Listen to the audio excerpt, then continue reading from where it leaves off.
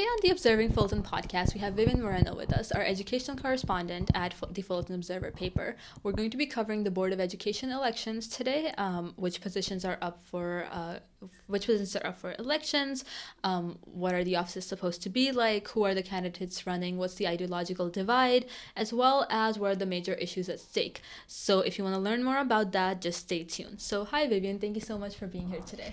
Thanks, Urooj. Thanks for having me. All right, so let's get right into it. So we have elections coming up. Mail-in ballots are already out. Yes. Yay. People are starting to do their research, right? Right. Board of Education is one of those offices that I personally think to be a little more on the confusing end. I agree. Which is why we're going to just talk about it today and try to figure out what positions are which and which candidates are running for what. So let's start with the position. So what are we voting for? Okay, so there's 2 positions open right now for the Board of Education for the county. What is the Board of Education? Okay, so in California, there are county boards of education that were created because there's over 1,000 individual public school districts. And the county board of education has a county area that receives all state monies for education, millions and millions of dollars, and they allocate the money correctly to each individual district within their county area. They also take care of federal funds, so Title III, Title I, all the special allocations. And so they bring all that money into the county and then they distribute it correctly according to the local control funding formula and the different federal funds, and they allocate to each of the individual district correctly. Now, the county, some superintendents, that's the superintendent's job, right, basically, and the resources there. To oversee the superintendent, because not all superintendents of counties are elected. Ours is, we're lucky. Right. Most counties have created county boards of education. They're trustees, anywhere from 5 to 7 people, depending on population and size, that oversees the superintendent to make sure that the funds are being allocated. So in Orange County, we have 2 voices in the allocation of money. One is the election of the superintendent, and they have a different responsibility. I'll get into that in a second. And then the board. The board here in Orange County oversees the superintendent's overall budget. They don't line item veto. They just make sure that the monies are getting to the right districts in the right amount. Okay. The other things that the County Board of Education also is, it's a board of appeal, which means that if something is settled in your district, your local district, and you don't feel that they have all the information or it's not right, for an inter-district transfer, if you want a student to go to, like we live in Fullerton, but I wanted my child to go to Anaheim, and that was denied, I could go to them and appeal that. The one other thing that they can do is they can listen to charter schools have an appeal, because each individual district right now can deny a charter school establishment. Okay. And that's the other thing. Right. They also are in charge of a group of students that attend Access. These are students who have been expelled from schools, who are also, they also have special education classes for children who need very, very intensive needs, they have special challenges. Our school district doesn't send hardly anyone to Access because, number one, we don't expel very many students at all. And number 2, we have our continuation and alternative programs that can accommodate many, many children with all kinds of different needs. So that's quite a lot that the Board of Education does, right? Yes and no. I mean, if you really, I'm outlining pretty much everything, but that's it. You didn't hear anything about curriculum. You heard nothing about health mandates. You heard absolutely nothing considering the individual school district's rights to choose graduation requirements. Nothing there. They don't have any control over that. Right. It's not their realm. Okay, so that's a very clear distinction we need to have, right? Yes. So in this election, what positions are up for grabs? Okay, so the superintendent is up for grabs. Dr. Alma Harris has been the current superintendent for, at least 12 years. So he's up for election. He's actually running against someone for the first time. It's such it's usually such a under the radar kind of position that he doesn't get people to run against him. Someone is running, I believe his name is Stephen Bean, and he's a charter school area superintendent he lives here in Orange County. He has to, otherwise he couldn't run for this position. But he has run a charter school area called Aspires Public Schools in LA. That's where they are. And, you know, one of the things I want to point out is when voters are doing research on this area, when they read any candidate who is saying they want to empower parents' voices, that's usually, I'll be real clear, that is usually a dog whistle for charter schools. Okay. So that's the superintendent position. That's the superintendent position. Dr. Maharis, we need to remember, he may not make everybody happy, but he is very much able to navigate through very, very changing times for our school systems. He has implemented the local control, funding formula, which completely radically changed the way schools were funded. He has accepted the local control accountability plans, the LCAPs. They oversee and approve all of them for every one of the districts, the 28 districts in Orange County. He has allocated money correctly in good times and bad. He's, through recession and post bankruptcy and, and refilling coffers. And now with all of this tremendous profits, he's chartered through quite a few different financial issues.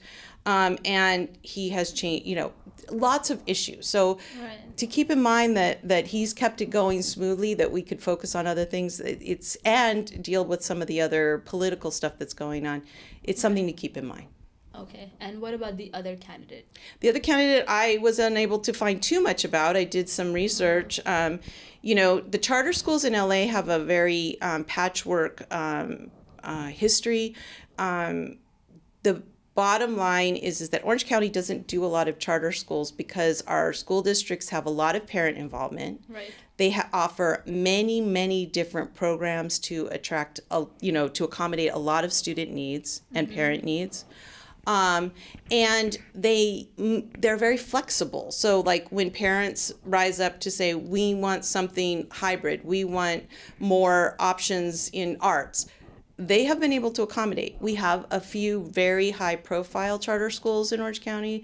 Orange County School of the Arts is one of them, and that's fine. There's nothing wrong. The charter schools are fine. Data shows overall they have a track record on testing and graduation very similar to public schools, regular public schools. So there's good and bad. If you find a charter school that really fits your child, then by all means. But there's pros and cons. Right. So for the people who are watching who don't really know, what is the main difference between charter and public? Okay, so charter schools. Charter schools, the main difference that you're going to find that are brought up all the time, if the teachers are not unionized. Okay. And so they feel that they have more flexibility with hiring and firing. Okay. And that's a two-edged sword. The unions are there for a lot of reasons. My husband's a teacher, so I need to kind of step back. Yeah. Thank goodness the union was there at one point, and other times, it's been kind of, it's just there it's another protection. Right. The big difference is that we have community elected school boards, local elected school boards in our schools. That means we get to have a voice in what these school boards are doing. Charter schools, you don't. Right. They're not elected. It's just, they're appointed. And they oversee it well or they don't. And you don't have any say in it. Okay. Also, the charter school isn't answerable to the community about anything that's going on there. And charter schools can accept and release children at will. So let me give you an example. By the way, public schools cannot. Right. If you live in a district of a public school system, they need to be able to get you into that public school system or one that is the same kind of accommodation, and provide transportation if it's too far for you. If that's the case, that's a public school. It doesn't matter what your needs are. Charter school does not have that. They will push back on that a little bit, but that's the reality. Okay. And one thing about charter schools that I do have an issue with, and I think that if this was in law, I would be more supportive of them, is that once they accept a child after the grade 6, grade 6, 7 kind of thing, that they keep that child until they graduate. They do not have to do that. So if they release a child in 10th grade that it's not a good fit, at the end of 10th grade because of whatever reason, that child goes into the public school system. That child is probably not achieving scholastic competence. They're probably not passing their classes. And therefore, the public school system inherits a child that has learning issues, possibly classroom management issues, behavioral problems. There's a lot of things. And there's a lot of funds that have to go into that child. And that child may be too far gone to actually be able to graduate. So the graduation rates drop for the public school that takes that child in, but it doesn't affect the charter school that did the basic foundation education. Okay. And that's the reality. So any, parents with children with special needs are, in that, I'm a parent in that community, and it's pretty well known that there's a lot of charter schools you just steer away from because they're not going to provide the accommodations for a child. So that's kind of the main difference, and we will come back to charter versus public. But now let's go to the other apart from superintendent, what offices are up for?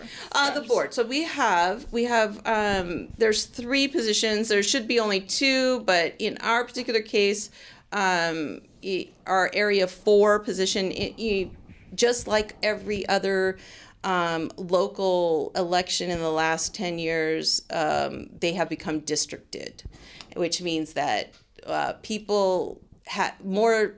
A smaller locality has a bigger voice in a say that affects them in the community or the county. And in this case, we are in District 4. Okay.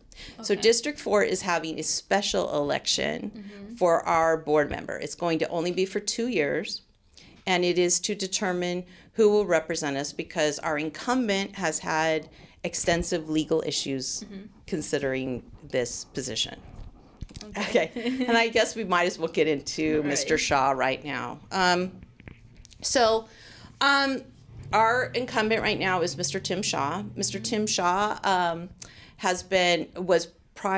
was on the La Habra City Council when he won the position in 2020. He ran for Orange County Supervisor in 2018 also. So I think he would have had issues no matter what new position he got. He lost in 2018. In 2020, he won the Orange County Department of Ed board position. Pretty quickly after that, there were talk about possible conflict of interest for him to be on the Board of Education for the County of Orange County and also the La Habra City Council. And let me point out here, he won with only 33% of the vote, if I'm remembering correctly. Right. So this is the thing about these positions. You do not need a majority. It's not 50 plus 1. It's nothing. It's just whoever gets the most votes because it's not very well known. It's so anyway, that's the bottom line. Okay. So whoever gets the most in their pot, they win. So please continue. Yes. And he is... So Tim Shaw is it's a nonpartisan position. However, his biggest funder is a guy named Mark Butcher. Mark Butcher. He's from the California Policy Center. So he's Republican backed from a California Policy Center, which is a Republican think tank, charter school, PAC, and California Realtor. He does. He talks a lot about parent rights, and he does support charter schools. Got it. So that's the incumbent. That's the incumbent. Embroiled in legal issues. Yes. Who's running against Tim Shaw? Who's running against him is Paulette Chafee. She's backed in a more progressive backs, but she's also self-financed. Paulette has mixed past also. We'll just bring it right out there. She ran for Fullerton City Council in 2020 and was found ripping down signs for other candidates, which is not a good thing. She served her time. She served community service for that. So she's now running again for Orange County Board of Education. She is a school teacher and works with her husband, Doug Chafee. So, I mean, there's definitely, she's been in politics in Orange County for a long time. Okay. Her main points are children, bringing the funding for the Orange County Board of Ed into the classroom and making sure that all the kids get that. Right. She's not a huge proponent of charters. However, she's not against charters either. Okay. She's really focused on mental health and social emotional learning for children. Okay. And she did bring up the taxpayer money on frivolous lawsuits. Got it. So that's the special elections for District 4. Yes. Right? Well, wait a minute. There's two others quick. 2 others. Okay. One of them is David M. Choi. He's an accountant, and he was asked by his community to run. He is very much emphasized parent choice. He wants all children to get a good education. He's pro-charter. He is against ethnic studies. He believes that because people are immigrating here, that we are creating one big culture in itself. He's very strong on family and religious foundations. And then Elisa Kim is probably the most. David M. Choi is showing up to some of the candidate forums. Elisa Kim, I have not been able to see any kind of personal showing. She's a business owner, again, a child of immigrants. She went to UCLA. She also went back to Seoul National University, highly educated. And her one statement is about diversity, equity, and high education for children. Okay, so remind me again of how many positions do we have? We just have one position? for our area. Yeah, one position. Right. 4 candidates. There's 4 candidates. Including the incumbent. And whoever gets the most votes in their pot wins. Right. So it doesn't even have to be majority. No. So this is really high stakes here. It is. It is high stakes to at least know what you're voting for. Exactly. So thank you for explaining what offices and what positions are open. Now I want to get into what are the largest issues that are dividing them, which there are a lot. So, we know that this is supposed to be nonpartisan office, but as you've mentioned, there is a big ideological divide here. Yep. Between the incumbents and between the challengers. So we've already talked a little bit about charter schools, but we can get back into it. I think we should also touch on the lawsuits and then critical race theory. Okay, so there's 2 areas of lawsuits. Unfortunately, one of them focuses on our district. So Tim Shaw has his own lawsuits that he's gone through. And then as a whole, I'm sure most people in some way or another are aware that the Orange County Board of Education has sued the state at least twice, maybe 3 times, concerning mask mandates, school closures, critical, they're building up to a critical race theory. There's a couple things going on here. So where would you like to go? Before we get into anything, I would like you to define critical race theory, where it is actually taught, and what is the argument being, because I think that is okay. So, there's a lot of, critical race theory is something that is taught in law school. It's graduate school level course, and it is taught in a very specific class. It's not all law students will even receive this. Ethnic studies is what we're talking about, because California, they actually passed a law to include ethnic studies in the high school curriculum. Right. Very different 2 things. Do you want me to delve into what critical race theory is? Or I don't really want to go into it too much, to be honest. Sure, because that's not what we're talking about here anyways. Ethnic studies is very different.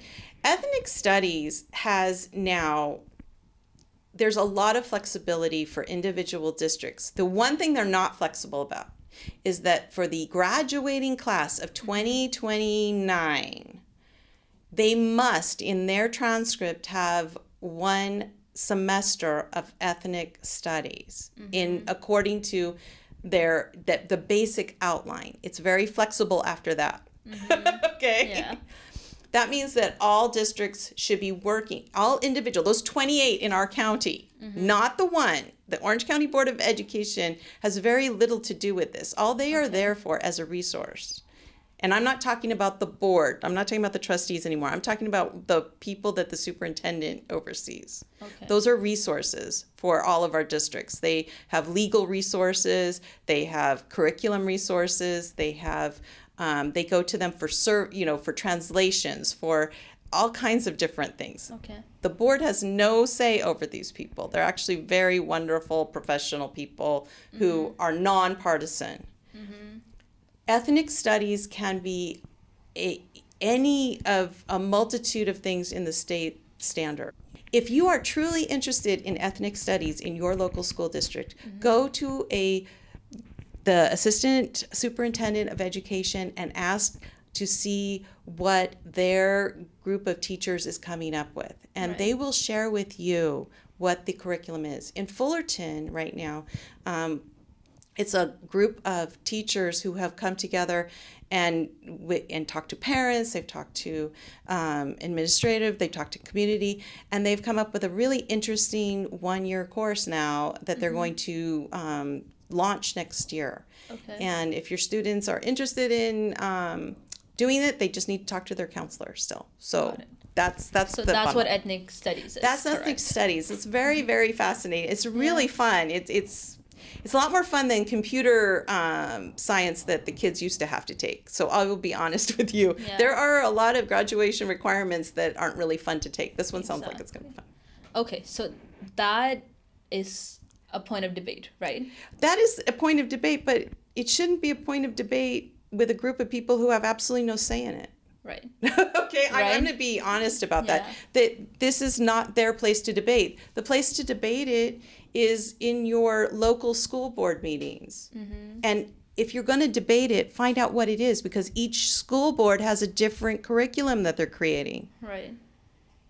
So it's a useless debate to be had in Board of Elections, but it's still happening. With the name of CRT. And it's also a useless. You're, as a parent, if I understand the concern, and I think it's wonderful actually, but don't read an article about the Placentia Yorba Linda ethnic studies curriculum or the Orange school district's curriculum, and then come to Fullerton and have a debate about it, because that's not that curriculum. Each one's different. I couldn't go to Orange and debate about Fullerton. It's unique. Go do your homework. It's great. It's easy to do. So where do people do their homework then? Call the assistant superintendent of education. And in Fullerton, if you're a Fullerton Joint Union High School District, go back to the minutes of the agenda, and there's a presentation from 2 meetings ago. The April board meeting. They had a presentation. They have that. So that's where people can find this curriculum, and if they do want to debate it, they can debate it. And I wrote about it. You can look on my article. There we go. Okay, so we can definitely do a search on Fullerton Observer and find Vivien's article on. So that's critical race theory, which is not critical race theory. And technically has studies. Has nothing to do with the elections, but I think it still had to be discussed. Yeah, no problem. So let's talk a little bit about charter schools now. That's also, we already talked about what the main difference is. Now, what is the debate about here? Okay, well, the debate is to bring charter schools into the district. There's a couple of rules that really guide whether charter schools can come into a district or not. Okay. Number one, an individual school has to have a need. So their test scores have to be over a certain number of years very poor. They can't be showing any growth. Parents need to get together and ask for a charter school. Okay. There are some things they have to click off. It's hard to get into Orange County school systems because a lot of our schools are always trying to improve, and our parents are very vocal and very involved. So why would they bring in another school when you already have a voice? I am going to mention something I learned yesterday as I was doing a little background work on this. Charter schools, we hear a lot about California's declining enrollment, which is not, it's exacerbated by the pandemic, but it was happening a couple of years prior to that. So they went down in population, 2.9%, not as much as the public school system in LA by a long shot, but still, they're a business. They're a nonprofit business, but they're a business. When your business goes down, you start to expand. That's the bottom line. Right. So we need to keep that in mind, whether people want to say that or not, or whether all their good intentions.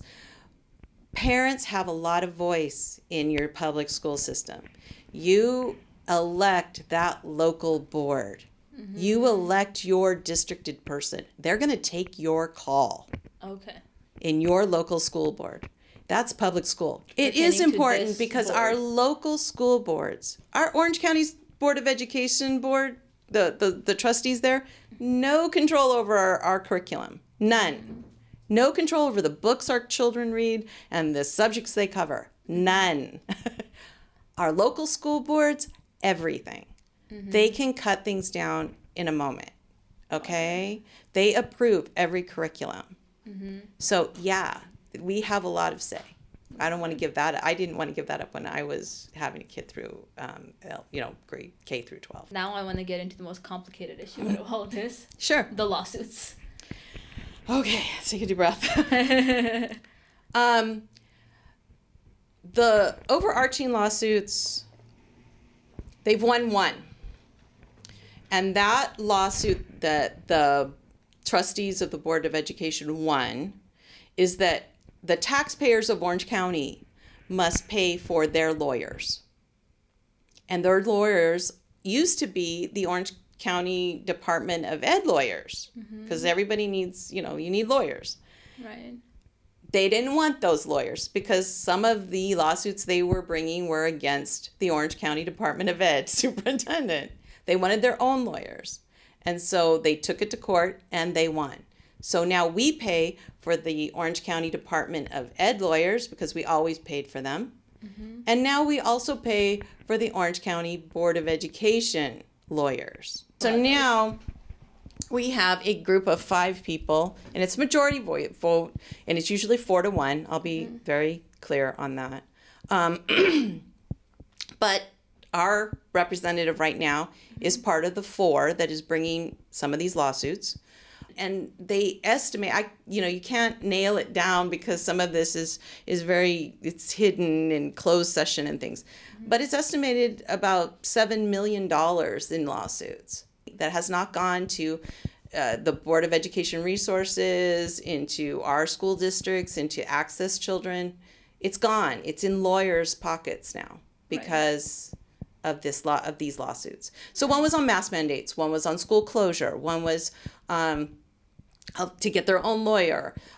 One is ongoing because they're appealing back and forth. They denied the budget for the Orange County the Department of Ed. Well, remember in the very beginning I said where did all the money go? Where does all the state money and all the federal money go? It goes into the Orange County Department of Ed. Okay. So all the lawsuits, or most of the lawsuits, are essentially not even in their purview, yet they're suing over it and wasting taxpayer money. Yes. Did I summarize it correctly? Yes, you did. Thank you. Okay. So then, I don't know if you know this, but why has the Board of Education been doing this when they don't? Well, did you ever hear about the Board of Education before these lawsuits? Not really, to be honest with you. No, you didn't. No. Yeah. Because it really kind of flew under the radar. Not everybody wants to hear about, I sit on a board for $562.61 a month, and I get full medical benefit options from like any other Orange County Department of Ed employee. So if you've ever worked in the education world, you know that medical benefits are the bonus. Right. They have options for all of that. And for that, I make sure that the money is dispersed correctly and that people who want inter-district transfers can get it. No, you don't hear about them then. Right. But now you do. Yeah, now they're everywhere. Yeah, you really hear about them all the time, about their forums on sex ed and on critical race theory, on all this, yeah. Now I want to get very specifically, now I want to talk very specifically about one person. Tim Shaw has been on and off the board for various reasons. These lawsuits are a part of those reasons as well. Could you briefly explain what has happened? Okay, so when he won his seat in 2020, he, like I said, he was still currently a La Habra council member. He had the lawsuit brought against him. By the way, there is another board member who is also on a council and probably will face this conflict of interest in the future. Okay. He resigned from the La Habra City Council. He was willing to resign one of the positions because that was the deal to prevent the conflict of interest. However, he couldn't resign the La Habra City Council seat. According to the government law, you resign the latest position you won. So he was already a sitting council member. He won the Orange County Department of Ed trustee position. He had to resign the trustee position first. He had to resign that one. So he did that because that was the office he won most recently. Okay. Then he resigned from the La Habra City Council. Okay. In January, that was all last November, October, November, early December, that area. Mm-hmm. The Board of Education position came up for a reappointment where the other trustees could reappoint any person they wanted. In January, Tim Shaw was reappointed on the board. Okay. There is also another government rule that says you can't be reappointed to a board, a position that you have resigned within a year of the resignation. Right. So how long has it been since he resigned? Well, it was 2 months. 2 months. Okay. So they got called on that. Mm-hmm. Maybe they're lawyers. Anyway, they got called on that. It went before a judge. A judge decided that, hey, we're having an election. 2 of your other board members are up for re-election. For the remaining 2 years of this cycle, you will have a special election. Whoever the voters decide to keep this position, they will make the call. So if you win, you will serve out your, the final two years. Got it. So that is what has been going on. Right. So he just put everything. The judge put everything on hold. Okay. Until this election. So that's why we're in the mess we're in right now. Alrighty. So we've talked a lot about all the candidates and a lot of the major issues that are dividing everyone. What are the implications of this election, whichever slate wins, for that you think are going to be very visible in the next school year or so? Okay, so the bottom line right now is the fact that Dr. Majerus has been in the superintendent position, and he is more moderate than others. He's not anti-charter. Obviously, we have charter schools in Orange County, but he's not promoting them. And because of these reasons and his ability to understand ed law and the changes, for the most part, if we're not on YouTube or the viral video kind of thing, in our own lives, with our own children going to their schools and their school districts, we haven't felt very different.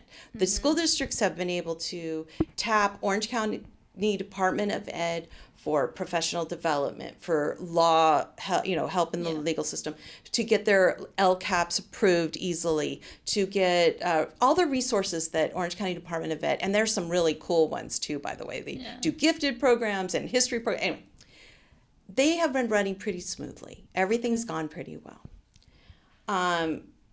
The board has had its own issues. That's fine. Dr. Majerus is fighting the things that he needs to fight on that end, but it's been kept away from our children. Right.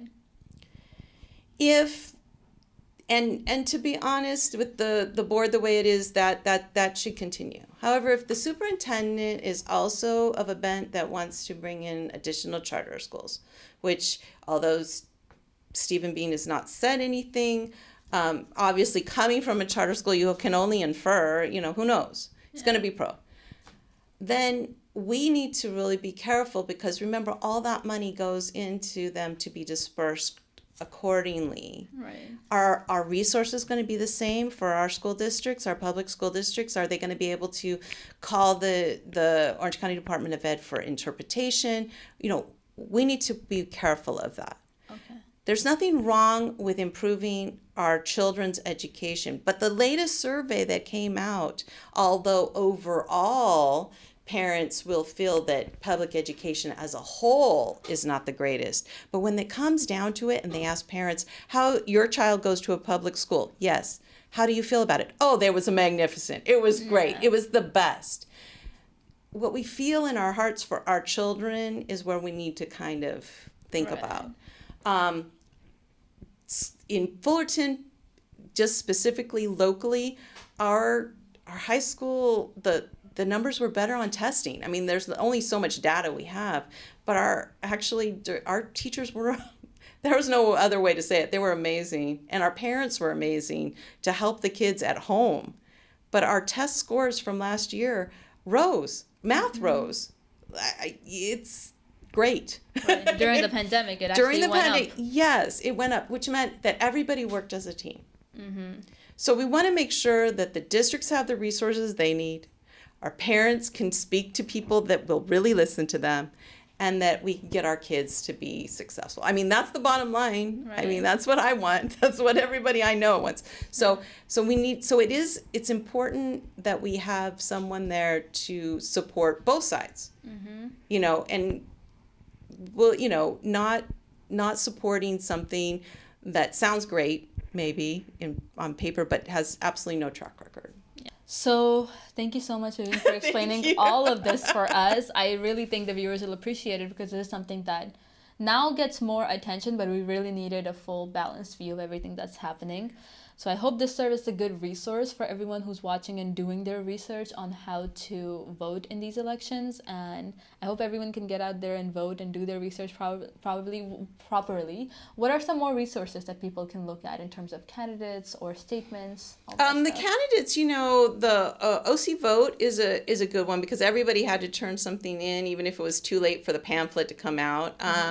And then, to do the Ballotpedia, those are all good starts. Yeah. And then of course Googling the names and getting backgrounds and that kind of stuff. There is the forum on the candidates that Paulette Chafee and David M. Choi was on. That one you can find through the North Orange County Women League of Voters. They hosted that with 4th District PTA. So they have a link to that. So that is available for viewers to watch for 2 of the candidates. Yeah, and then if anybody wanted a little bit more background on charter school, EdSource, they're very even keeled on things. So it's really kind of cool on that. And you also have plenty of articles covering the I have a lot of articles, and I am, I'm happy to engage in polite and intelligent discussion. Anytime. So people can reach you through that as well. Absolutely. Alrighty, perfect. So that is it for today's interview. Thank you so much, Vivien, and we hope to see you again sometime soon. All right. Thank you. Alrighty.